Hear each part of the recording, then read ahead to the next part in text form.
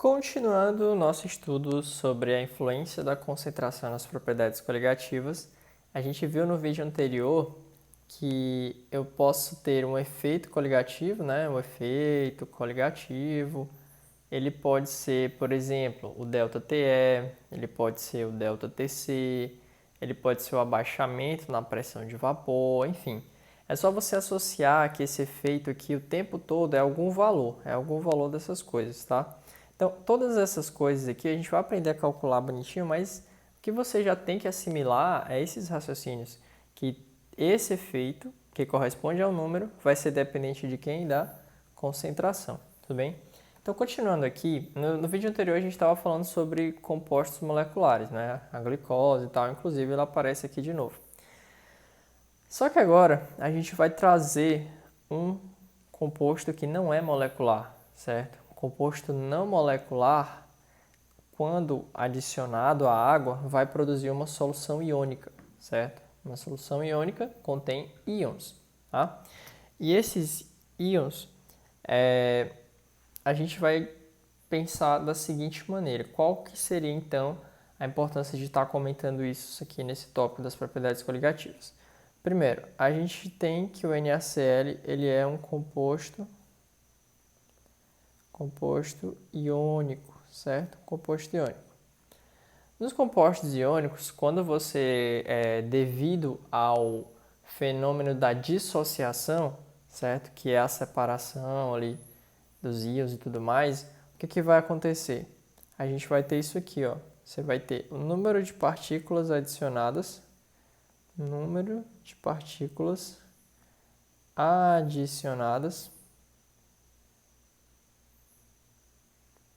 ele é diferente do número de partículas dissolvidas. Número de partículas dissolvidas.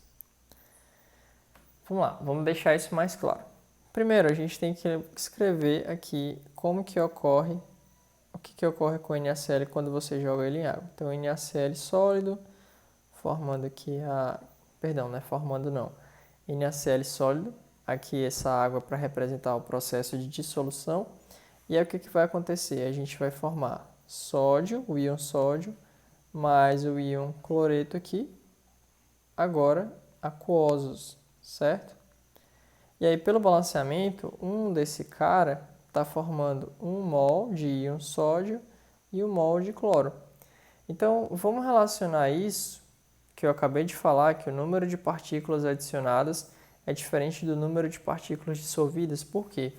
Porque se você pegou e jogou 1 mol, por exemplo, aqui, ó, aqui eu peguei e coloquei 1 mol. Ó. 1 mol foi adicionado. Beleza. Só que esse 1 mol formou 2 mols de partículas dissolvidas, certo? 2 mols de partículas dissolvidas. Então, é isso que é importante. Esse conhecimento sobre a dissociação de compostos iônicos, não só os iônicos, mas os ácidos também, mas nas questões de coligativos, quem é mais cobrado são os compostos iônicos, os sais, tá? Então, é importante você ter esse conhecimento em dias aí. Então, o que vai acontecer? Você pega aqui 1 mol de cloreto de sódio, quando você dissolve, está formando 2 mols de partículas dissolvidas, que no caso essas partículas aí são os íons, tá? Bom, depois disso, o que eu quero mostrar aqui para vocês? Basicamente, eu vou só dar uma breve redimensionada aqui, porque esse negócio tá grande, senão vai ficar sem espaço. Então, eu vou colocar aqui mais ou menos. Tá, então, como tu já viu essa partezinha aqui, eita, peguei o NaCl aqui e dei uma diminuída nele também, nem percebi. Mas enfim, eu vou ajeitar aqui, pronto. Pronto, o que eu quero que vocês observem agora? Eu vou dar só uma ampliada aqui de leves.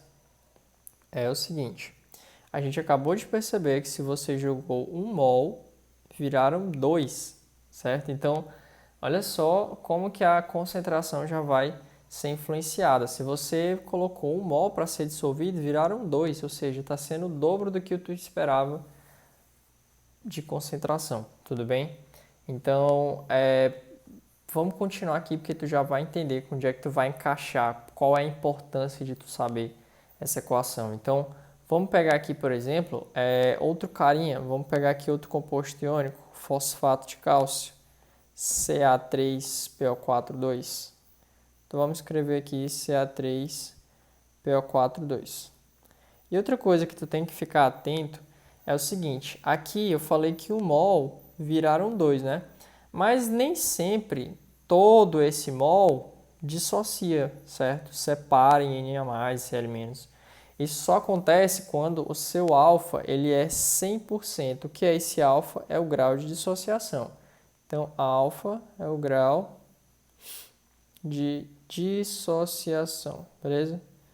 Grau de dissociação. E aí, o que vai acontecer então? Vamos imaginar aqui uma situação em que você tenha um grau de dissociação de 90%. E aí, o que vai acontecer? Vai acontecer aqui o seguinte, vou colocar isso aqui mais para cima, pronto. Vamos lá. Se a gente pegar 100 fórmulas, por exemplo, vamos colocar aqui, por exemplo, 100 fórmulas de Ca3, Ca3PO42. Vamos fazer aqui um esqueminha, ó. Dessas 100 fórmulas, de acordo com o que eu dei aqui para vocês, 90% dissocia, né? Aí tu vai lá e escreve a equação dele, ó. Ca3 não, perdão. Ca3PO42 vai dar origem aqui a quem? Vai dar origem a 2, 3 Ca2+, mais 2, PO4, 3-, certo? Então, o que acontece? Se eu tenho 100 fórmulas e dessas 100 fórmulas 90% dissociaram, de acordo com esse alfa, o que eu teria? Eu teria, por exemplo, aqui, ó, basicamente 3 vezes 90 mais 2 vezes 90. E tu ainda, de onde que saiu esse 90? Quanto que é 90% de 100? É 90, certo? E aí, como eu tenho 3 aqui, fica 3 vezes 90.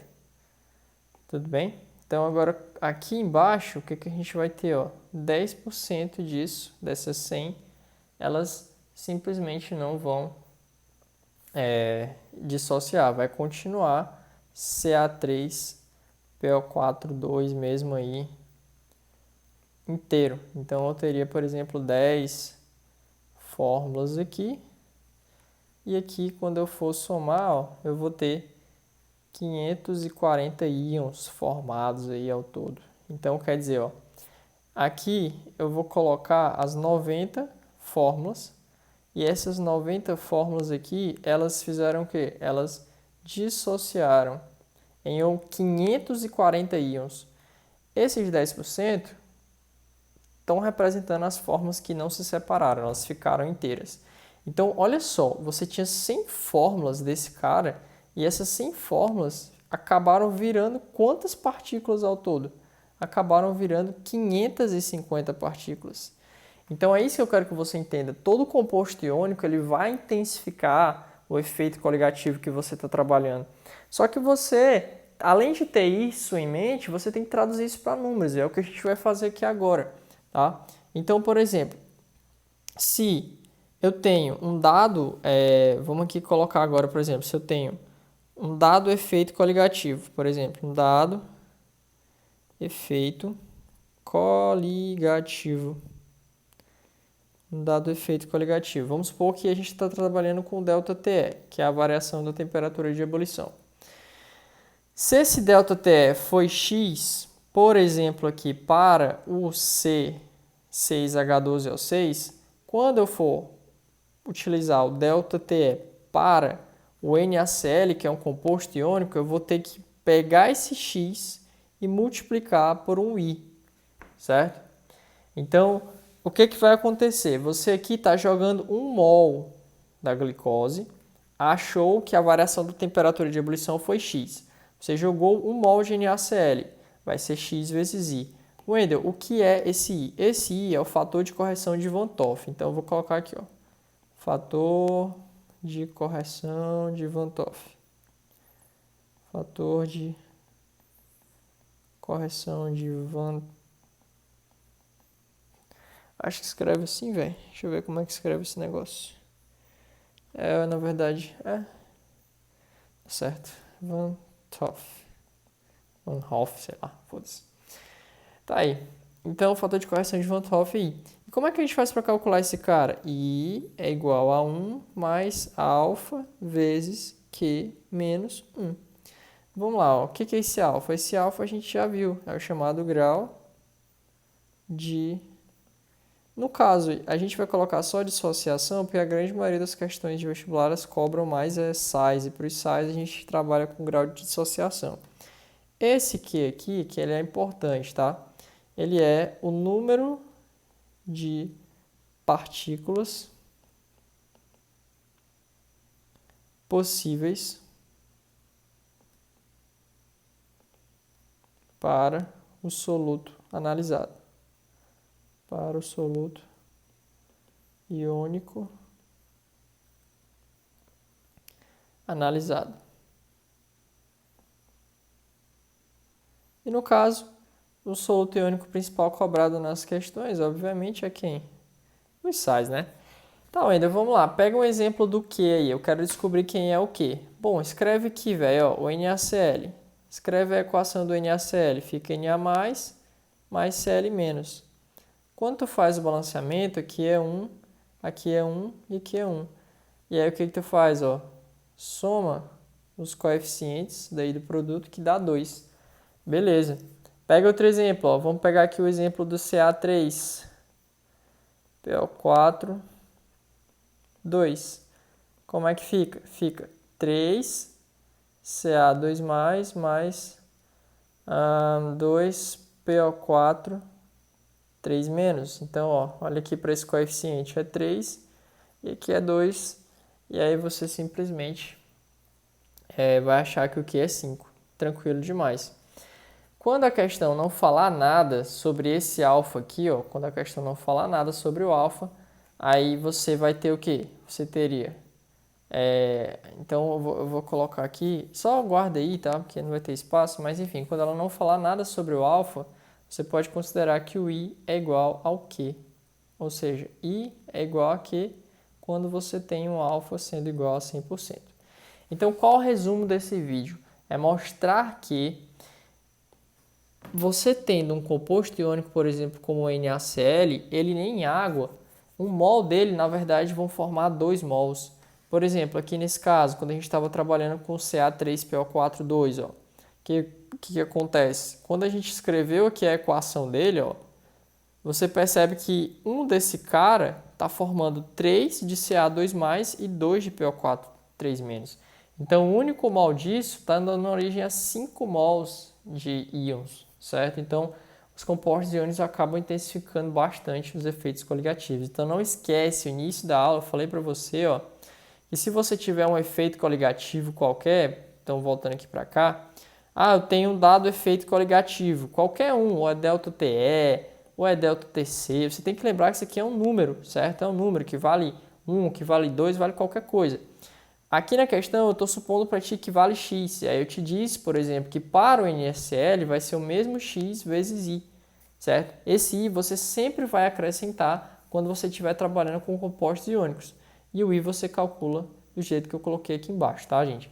Então, assim, você assistiu esse vídeo 1 ou 2 vezes, ainda não ficou muito claro, nas questões aqui você vai encaixar tudo direitinho, mas não dá para abrir mão agora de entender que os compostos iônicos intensificam mais ainda os efeitos coligativos. Então, vou te dar um exemplo aqui. Wendel, tu achou que o ΔTE é x, e aqui o ΔTE vai ser x vezes I. Quanto é que seria então esse ΔTE aí para essa questão? Esse nosso ΔTE aí seria igual a x vezes 2. Por que vezes 2? Porque se a questão não falou nada sobre o grau de dissociação, esse alfazinho aqui, certo? Lembra? A questão não falou nada sobre ele, aí eu vou poder considerar que o I é igual ao quê?